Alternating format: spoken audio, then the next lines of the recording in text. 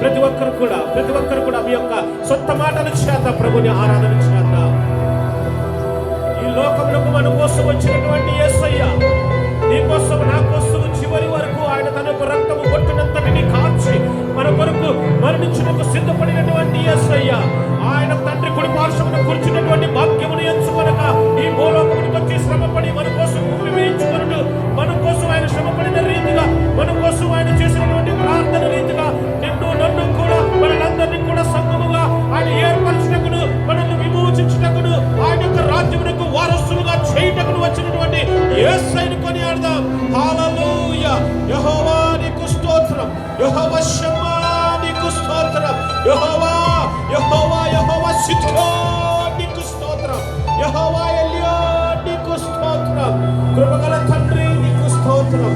నీ ప్రియకుమారుడు మా కొరకు నాయన రక్షకుడుగాను, నాయన మా కొరకు దయ దాక్షిణ్యపూర్ణుడుగాను, మా కొరకు నాయన ఆయన చేసినటువంటి నజరేయుడుగా ఆయన చేసినటువంటి స్వస్థతలను బట్టి తండ్రి పరలోక రాజ్యము ఉన్నదని తెలియపరిచినటువంటి యేసు నామములో, యేసు క్రీస్తు నామమును మేము కొనియాడుచు ఉంటున్నాం. అన్ని నామముల కన్నా పై నామము, మహిమ కలిగిన నామమును యేసయ్య నామము. హల్లెలూయా హల్లెలూయా. పరిశుద్ధుడు పరిశుద్ధుడు పరిశుద్ధుడు అంటూ వేవేల దూతల చేత కొనియాడబడుచున్నటువంటి నీవు తండ్రి అయ్యా, నీకు ఆరాధన చేయించినటువంటి నీ సంఘమును బట్టి నీకు స్తోత్రములు. నాయనా రక్తవర్ణుడిగా, ధవలవర్ణుడిగా, అతికాంక్షణీయుడిగా మా కొరకు రానైనటువంటి యేసయ్య నీకు స్తోత్రం. చెప్పట్లు కొట్టి దేవుని మహిమపడదాం. Thank you Jesus, thank you Jesus. నీకే మహిమ, నీకే ఘనత, నీకే ప్రభావం ఆరోపిస్తున్నాము తండ్రి. కొద్ది నిమిషాల మూలంగా ఆయన సన్నిధిలో ఆత్మతోనూ సాక్షులతో